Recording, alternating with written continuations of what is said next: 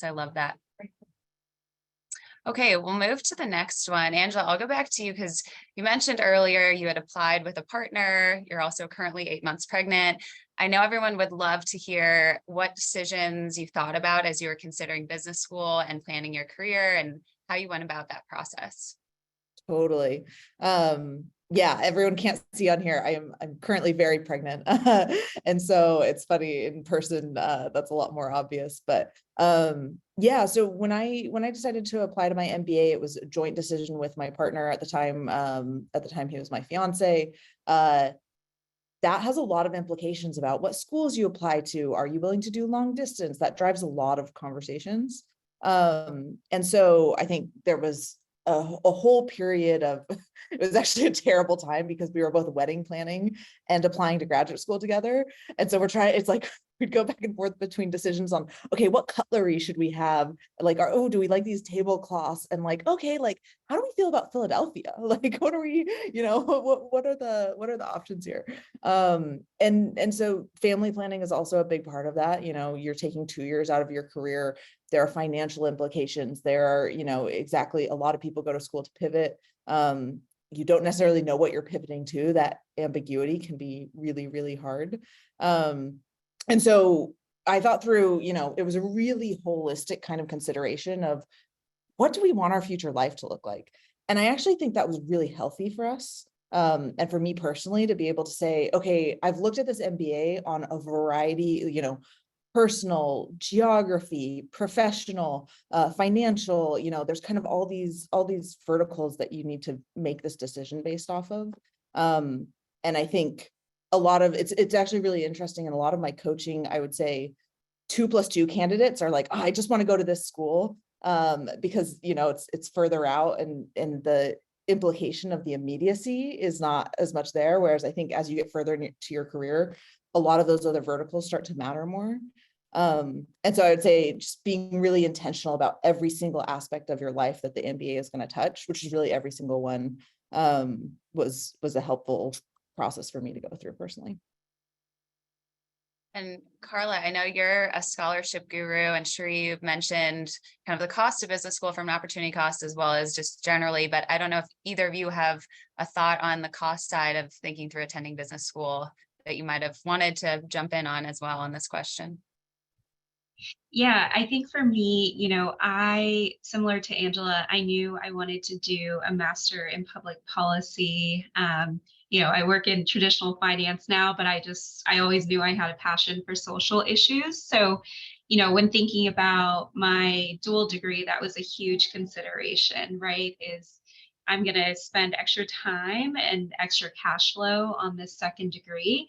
And so what scholarship pairing makes sense, and where am I going to get the most diversified education? And I think for me, Chicago Booth, finance powerhouse, Harvard Kennedy School, more so like a leadership, personal development school. I thought that was a really nice overall pairing.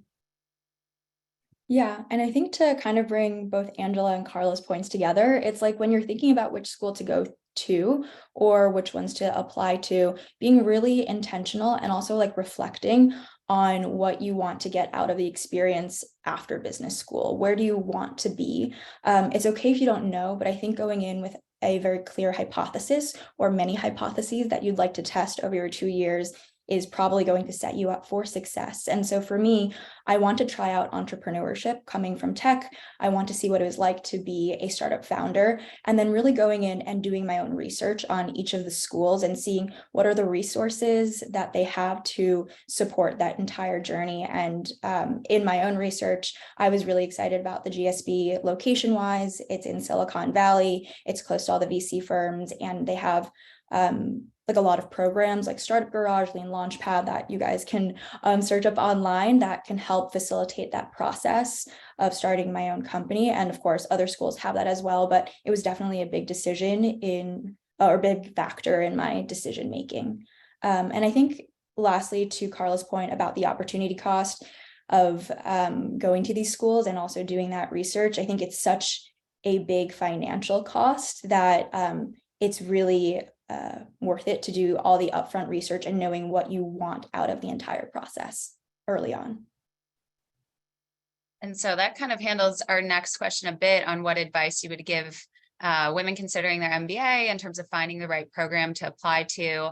I'm curious if any of you, maybe sure you want to double down on it, but have more insights into how to find the exact right program. Is it figure out your career and work backwards, like Sheree mentioned, or are there other tactical pieces of advice you can offer the attendees here?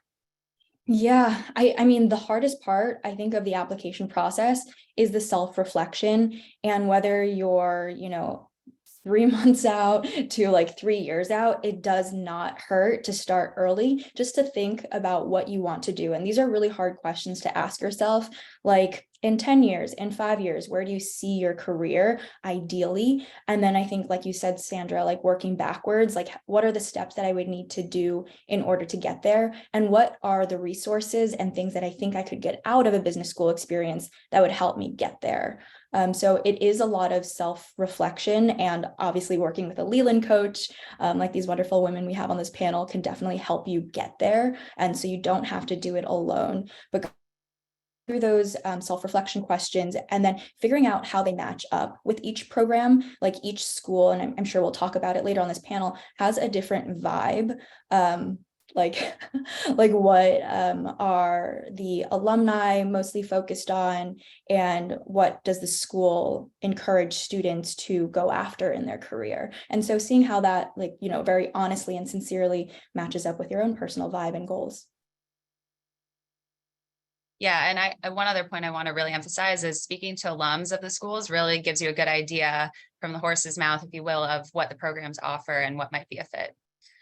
Okay, Angela, I'd love to hear from you on just what advice you have to some of the women on this call who are considering pursuing their MBA, but not totally set on it. Totally. Yeah, it's funny. I went back and forth on an MBA a lot. And actually, part of my decision to apply was also that my partner at the time wanted to go. And I was like, oh, this would be an amazing life experience for both of us to have at the same time. But I think there's actually, Sheree's points that she just made dovetail really, really nicely of, you have to think about your MBA and your life holistically. There's so many decisions of like culture of the school, but also, for me, there were certain schools that I personally probably would have been an amazing fit at culturally. And also, based on the geography and like likelihood that me and my partner would both get in, it's like, oh, that would probably mean I'd have to do long distance. And that was not the right fit for me. And so really thinking about your decision for your MBA in the context of your life holistically, it is a professional decision. It's also a huge personal one. It's also a huge financial one. It's how you're going to spend at least 2 years of your life. And so making sure this is where working with a coach can really help, making sure you're making that decision, not in a vacuum, just based on the professional considerations, but kind of holistically looking at everything. It was really interesting. I had a friend who was in my husband's program, and she had applied to a bunch of different schools, and she had gotten into schools that were quote unquote better on paper, better in the rankings. And she was like, and I went to welcome weekend, and it was absolutely not, like, I know I would just be miserable in that program. And I think that is such I think that is true of more people in their MBA than they let on. Of a lot of people will say, oh, I want to go to this school because it's a top school, or it's in this geography, or whatever it is, and kind of make the decision on one of those verticals, rather than thinking about where is this going to be the best fit, and where is it going to fit into my life the best. So I would definitely encourage everyone to think holistically on those things.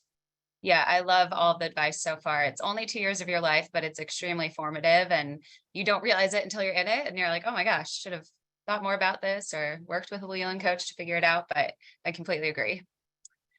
Okay, so maybe now we can pivot to application process advice. And Carla, I'll go to you on this one, but also open it up for either Sheree or Angela to chime in.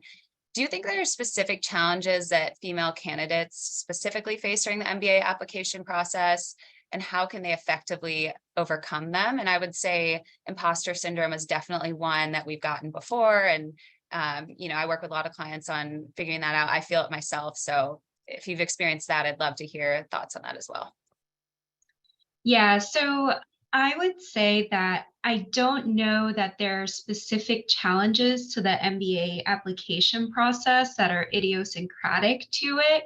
However, we do live in a deeply inequitable society where women are not compensated properly, where we don't have the right kinds of, of parental support in place.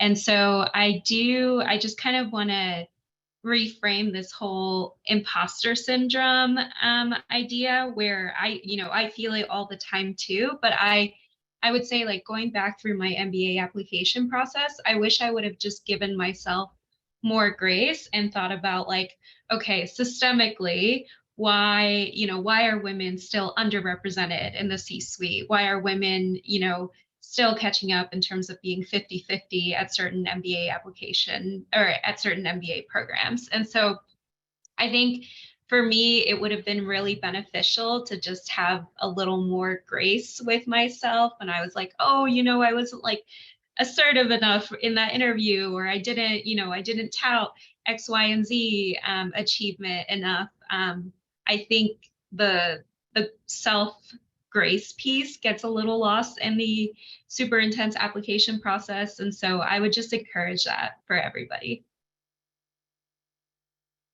Shri or Angela, anything to add? Yeah, I would echo that it's a marathon. Well, hopefully it's a marathon and not a sprint so that you're not like cramming in the last 3 weeks before the applications are due. But to Carla's point, I think making sure that you're taking care of yourself during the application process is really important, both like mentally, physically, and emotionally, because it can be very grueling to go through, all the test prep, all the self-reflection, which I said is not the easiest thing to do. So yeah, definitely giving yourself a lot of grace. And I think just speaking from my own experience that like I'm very hard on myself, just in like everything I do in my life. So definitely making sure that you're giving yourself grace when you're applying, and then also being able to talk up your accomplishments and making sure that they're shown on your resume. I know I have some trouble with this, and other women that I've talked to have trouble really like highlighting their achievements and spotlighting them in a way that is not unfair, but like not an unfair way to talk about it, but like making sure definitely it's something that you're able to show the admissions team exactly your contributions and achievements in the past in your resume and your essays. I'm probably going to sound a little bit like a broken record here of like thinking about this process holistically in the sense of your life. But I think that something that is not talked about enough is, and this was in some of the questions, obviously 8 months pregnant. So like, I'll be the person to bring it up, but like family planning, fertility planning, understanding what this 2 years of your life means if you want to have a family. And obviously, if you don't, that's amazing. And like, one less decision you have to make in that process. But knowing those trade-offs up front and understanding what they mean for you and if that's the right decision for you. I have a friend who just got accepted into the GSB and she has 3 children and she's like so excited to go and it's worth, and I was like, okay, let me connect you with like 4 moms in business school, and the mom and business school community is amazing. And so there's a lot of opportunity there. It's just a very different experience. And so understanding what your experience is going to be like, knowing your whole life goals, what you want and what spending 2 years means for all of those trade-offs, all of those decisions, what it means for the difference in experience that you have, I think is something that's not talked about enough. And it was interesting to me of my last year, all of a sudden, all the women in my section were like, oh my gosh, like one person was like, oh, I got fertility tested. And everyone's like, oh my gosh, should we do this? And it became actually like this really interesting, kind of conversation point around for women in the MBA. But thinking about those things up front, I think can save a lot of stress and just drive a lot more intentionality in all your decisions. Yeah, I think one theme you're all mentioning is giving yourself the mental space to really think through everything. It's a high pressure situation and time, but the application process is hard. You're negotiating against yourself because you're just writing on a piece of paper, trying to fill it out the best you can. And then someone far away looks at it. So just really giving yourself that grace, as you said, Carla, and time and space, Shri and Angela, that you mentioned, to really think through it. So great. Well, I think the next question, I'd love to go to Shri on it because you're a bit closer to the MBA program in your application process. Do you know of any specific resources or organizations or networks that are particularly valuable to women that are applying to their MBAs currently? Yeah, definitely Leland is one of them. I think that goes without saying. But when I was going through the application process, for me, I felt pretty alone. I at the time didn't have like any friends that I knew who were going through a similar process. And I think one of the things that that I didn't really like about it, but like it feels kind of secretive, like people don't really want to talk about it just in case, like they're hedging, like if I don't get in, I don't want to get embarrassed. And it's just like similar to college applications. I feel like this also has a similar flair to it. But something that was really helpful was I know Leland has a Slack community that people are just trading tips on and also just like have conversation and discourse going on. I also found Fishbowl really helpful. It's an app where people post anonymously, and they're also kind of giving tips and tricks there. And I think just reading through those posts, it one helps me not feel so alone in the process. Like, okay, other people are also kind of struggling through it. We're in it together. And two, there's a lot of like very helpful information in there that whether you're writing your essay or you need a coach, like people are referring to or referencing different types of information that you can use. Great. And Angela or Carla, I don't know if there are any specific resources you used that you'd like to mention. Carla, maybe something around scholarships and figuring all of that out. Yeah, so I'm gonna drop them in the chat because it's a really long list. So obviously Leland is the first stop. I was a Forte Foundation scholar. I was very, very fortunate to get super substantive financial aid at Chicago Booth. I also participated in the Management Leadership for Tomorrow, the MLT MBA program. I was an Ivy Advisors Fellow, Twigo Foundation for those interested in finance, LunaCap Advisors for anyone from Mexican descent or anyone who's a veteran, and SEO MBA Prep for anyone who's a Sponsors for Educational Opportunity alum. I know I just threw out a lot of acronyms, so I will drop all of those in the chat now. Yeah, that'd be super helpful. I was always confused and didn't know what to do. So definitely asking for help and feeling comfortable doing that is another big way to figure out what all these resources are. Okay, Angela, I'd love to go to you on this one. What strategies did you use to stand out in your MBA application as well as the interview process? Yeah, it's really hard. It's so many amazing people are applying. And so I think the number one thing, you'll hear this if you also attend any of the webinars or, go to visit any campuses, be authentically you. And it's really hard to do that. I think the biggest strategy I can recommend to applicants is trying to show intentionality in what you've done and, asking why 500 times on everything of, okay, if there's a story that really resonates with you that you want to tell to the AdCom, ask yourself why that story matters. Like, why is that the story that keeps coming to mind for your application? Why is that the thing? Why is that the moment? And, what are all the things that have happened throughout your life that have made that stand out? And the more that you can try and really tell them who you are, why you are the way you are, that's the best possible way to stand out. It's not, you don't have to have founded a unicorn company and started the largest nonprofit and, done all these other things. It really is just showing them who you are. And I think that is something, tying it into, I think there have been some questions, the question in the chat of like, you weren't being taken seriously as a woman. How do you think about imposter syndrome? Like all these other kinds of things, try and drown that out. And the more you can just try and pull that through and pull that thread through your entire application and interview process, that's usually where I see candidates have the most success.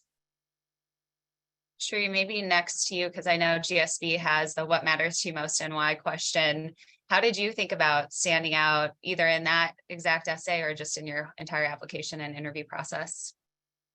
Yeah. I mean, it's similar to what Angela mentioned, but the way that I like to think about it is like looking backwards, you can connect the dots on your life. I think Steve Jobs said something of that, where it's just like, not only like, why have you made certain decisions, but like, what are the underlying motivations and intersectionalities that you bring to the table and to the conversation that make you uniquely you? Like, even if you have a quote unquote more traditional background in maybe the industry that you worked in or maybe the schools that you went to, like the way that you can stand out is kind of weaving together a narrative that brings all aspects of your life, like from when you were like also the ages of 0 to 10, if those were formative years for you, how did that impact you and your decision making now as, you know, a 25 to, I don't know, however old you are now, person applying to business school. So I think really for the admissions committee, what they're looking for is a very consistent story, not really someone who's like haphazardly made decisions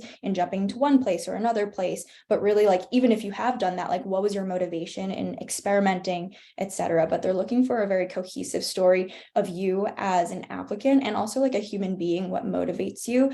And another way I like to think about it is like the admissions committee is similar to like a venture capital investment in the sense that they are looking to invest in people who have a track record of leadership or impact or whatever that thing that school is looking for. And what have you done in the past that inspires them of what you're able to do and the potential of who you are in the future, whether it's like whatever your goals are, your career goals for the future are. So I think really being able to convey your past and how that translates to your future story is something that like winning applications are able to do very successfully.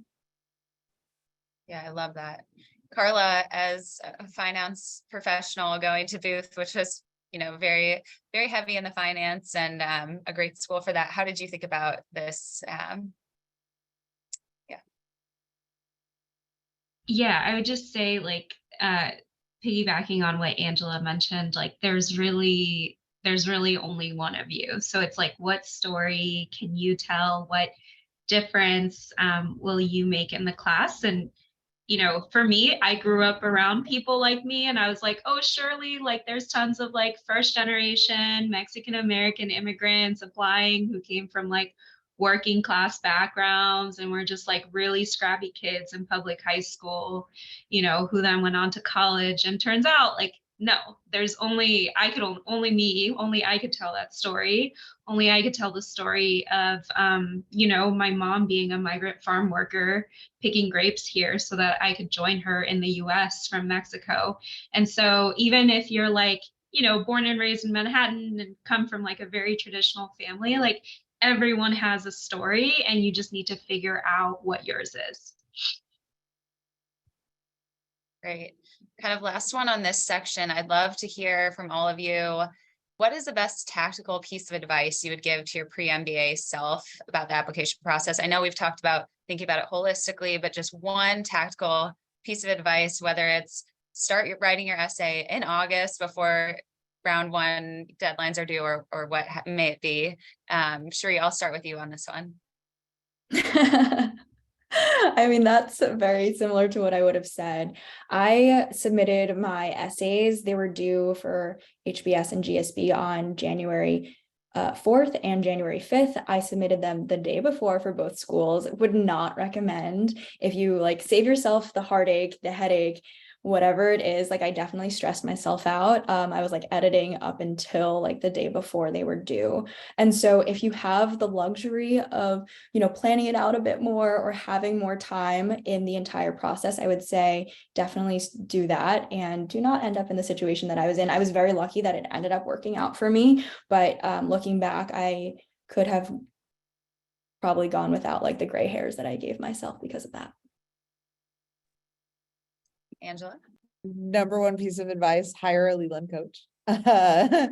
I'm joking, but actually I think the number one thing everyone can do is as early as possible, similar to Sheree, narrow scope, figure out like, okay, instead of applying to 10 schools, I actually am only a fit for these 3. You know, really start to say, okay, I'm only really going to talk about these 2 themes throughout my entire application, and all my stories are going to ladder up to those themes. Whatever you can do to really start to you know, we just talked about be the authentic you. The authentic you is so complex and built on all these things, and it's true, like that is the authentic you. And also the more you can start condensing all of your options into smaller bite-sized pieces, the easier it is to start to move forward, in my experience.